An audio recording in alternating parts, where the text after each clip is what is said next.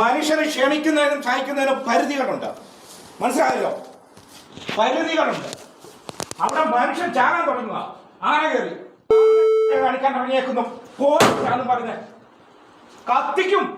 രണ്ടാമത് ഇവിടെ നക്സലുകൾ വരും. മനസ്സിലായോ? നിങ്ങൾ എന്താ കരുതിയിരിക്കുന്നത്? എടാ, അവിടെ ജനങ്ങൾ പ്രതിഷേധിച്ച് നിൽക്കുക. ആന വന്നിറങ്ങുന്നത്. എന്നിട്ട് പാവങ്ങളെ എല്ലാം പിടിച്ചോണ്ടെങ്കിൽ പോരുക. എന്നിട്ട് നിങ്ങൾക്ക് യഥാർത്ഥം പ്രതിയാക്കുക. എന്ത് ആണെന്തിയെ? നിങ്ങൾ കസ്റ്റഡി താഴെന്തിയെ? വാ, നിനക്കെന്താ റോള്? നിനക്കെന്താ റോള്? കോന്നിയിൽ കാട്ടാന ഷോക്കേറ്റ് ചരിഞ്ഞ കേസിൽ വനം വകുപ്പ് കസ്റ്റഡിയിലെടുത്തയാളെ KU ജനീഷ് കുമാർ MLA നേരിട്ടെത്തി ബലമായി മോചിപ്പിച്ചു. പാടം ഫോറസ്റ്റ് സ്റ്റേഷനിലെ ഉദ്യോഗസ്ഥർ കസ്റ്റഡിയിലെടുത്ത ആളെയാണ് MLA മോചിപ്പിച്ചത്. ദൃശ്യങ്ങൾ സമൂഹ മാധ്യമങ്ങളിൽ വൈറലാണ്. ആ ദൃശ്യങ്ങൾ കൂടി ഒന്ന് കാണാം. ഒരാളെ അറസ്റ്റ് ചെയ്യുമ്പോൾ നടപടിക്രമങ്ങളുണ്ട്. അറസ്റ്റ് സ്റ്റാർട്ട് ചെയ്ത പേപ്പർ കാണിക്കുക. അറസ്റ്റ് ചെയ്ത പേപ്പർ കാണിക്കുക. രേഖപ്പെടുത്തിയില്ലേ? പിന്നെ തോന്നിയാസം കാണിക്കുന്നത്. പിന്നെ മേടിച്ച് വെക്കാനോ? എടുക്കാൻ അറസ്റ്റ് രേഖപ്പെടുത്തിയിട്ടില്ലല്ലോ. എടുക്കാൻ അയാളൊക്കെ ഇതെന്താ തോന്നിയാസ? മനുഷ്യരെ ക്ഷണിക്കുന്നതിനും സഹിക്കുന്നതിനും പരിധികളുണ്ട്. മനസ്സിലായല്ലോ? പരിധികളുണ്ട്.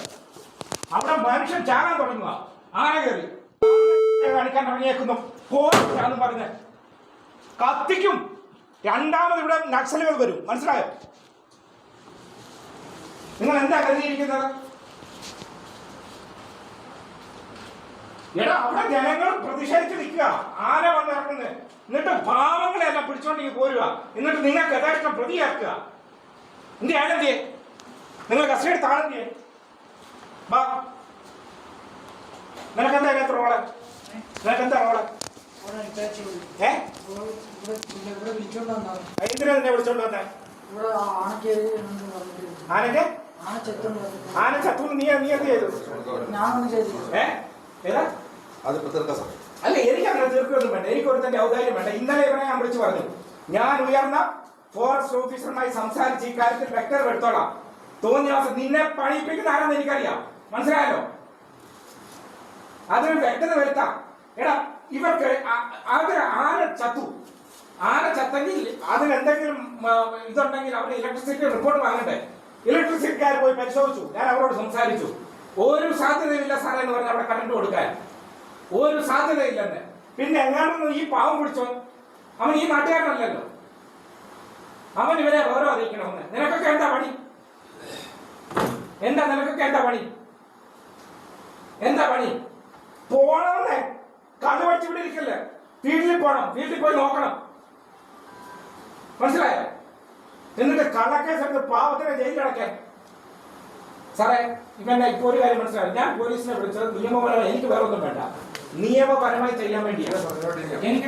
ഞാൻ പോലീസിനെ വിളിച്ച് ആരംഭിക്കും എടുക്കാൻ. എനിക്ക് വേറെ ഒന്നും വേണ്ട. നിയമപരമായി സഹായം വേണം. ഈയിടെ അനധികൃതമായിട്ടാണല്ലോ പ്രശ്നം എടുത്തേക്കുന്നത്. അറസ്റ്റ് രേഖപ്പെടുത്തിയിട്ടുണ്ടോ? രേഖപ്പെടുത്തിയിട്ടില്ല. രേഖപ്പെടുത്തിയ പേപ്പറുണ്ടോ?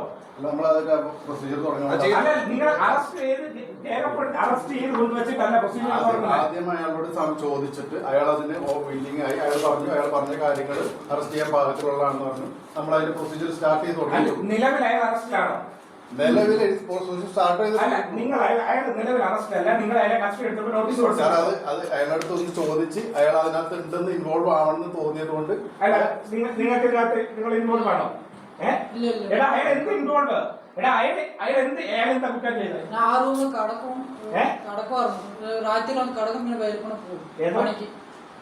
അയാളൊരു പാവം പിടിച്ചവൻ അവിടെ വന്ന് എന്റെ ക്വസ്റ്റ്യൻ നിയമപരമായിട്ടാണോ ഇതിനെ കസ്റ്റഡി എടുത്തേക്കുന്നത്? DSP പറഞ്ഞു. റെക്കോർഡ് നോക്കിട്ട് ഞാൻ പറയാം. റെക്കോർഡ് നോക്കൂ. എന്തൊക്കെയാണ് എന്നെക്കാട്ട് കൂടുതൽ അറിയാമല്ലോ. നമ്മൾ കൂട്ടിക്കൊണ്ട് വന്നിട്ട് ഇയാളുടെ മൊഴിയെടുത്ത് മൊഴിയെടുത്തിട്ട് നമ്മൾ ഫോട്ടോ കൊടുക്കാൻ വേണ്ടി ഉദ്ദേശിക്കുന്നത്. അതെല്ലാം മുമ്പ് ചെയ്യണം.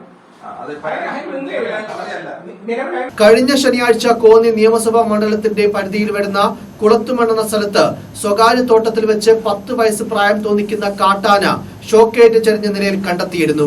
ഇതുമായി ബന്ധപ്പെട്ട് തോട്ടം ഉടമയ്ക്കെതിരെ വനം വകുപ്പ് കേസെടുത്തിരുന്നു.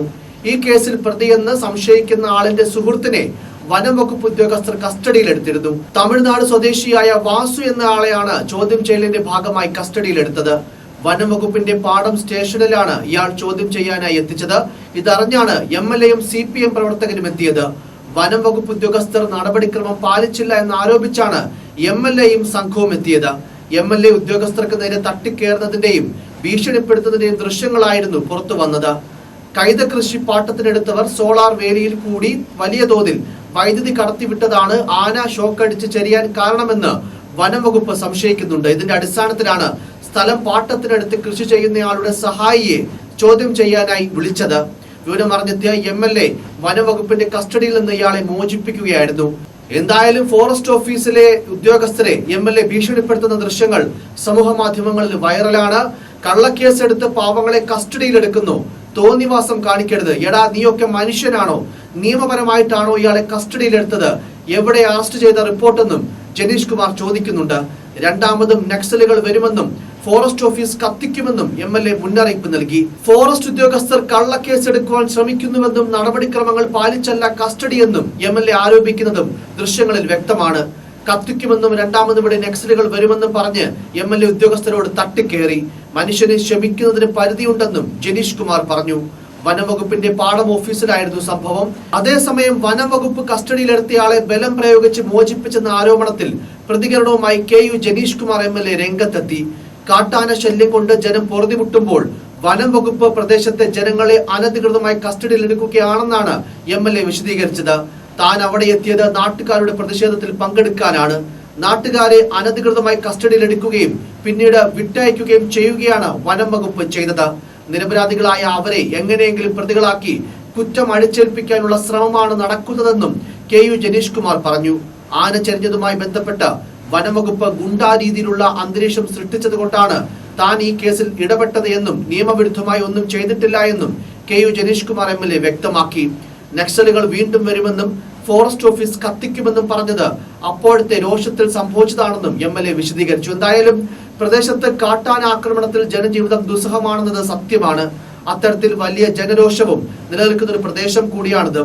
അനീതിക്കെതിരെ ശബ്ദമുയർത്തേണ്ടത് ജനപ്രതിനിധികളുടെ കടമയുമാണ്. പക്ഷേ കാര്യങ്ങളുടെ നിജസ്ഥിതി അറിയും മുന്നേ സിനിമാ സ്റ്റൈലിൽ ഒരു സർക്കാർ സ്ഥാപനത്തിലെത്തി ഭീഷണിയുടെ സ്വരം മുഴക്കിയ MLA-യുടെ നടപടി തികച്ചും അപക്വവും തിരുത്തപ്പെടേണ്ടതുമാണ്. അതിൽ യാതൊരു സംശയവുമില്ല. News desk, focus news TV.